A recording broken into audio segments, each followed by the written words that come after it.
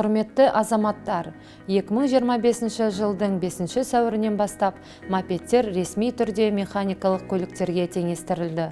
Бұл оларды пайдалану үшін полицияда тіркелу, А1, А немесе Б санатындағы жүргізуші куәлігінің болуы, техникалық тексеруден өту, азаматтық жауапкершілікті сақтандырудан өтуді қажет болатындығы дегенді білдіреді.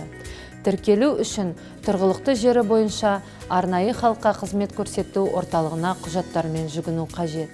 Яғни жеке куәлікпен, мопедтің техникалық құжатымен немесе сипаттамаларымен.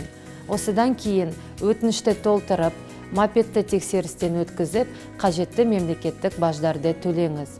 Ең маңыздысы, 5 сәуірден бастап тіркелмеген мопедтерді және жүргізуші куәлігінсіз пайдалануға тыйым салынады.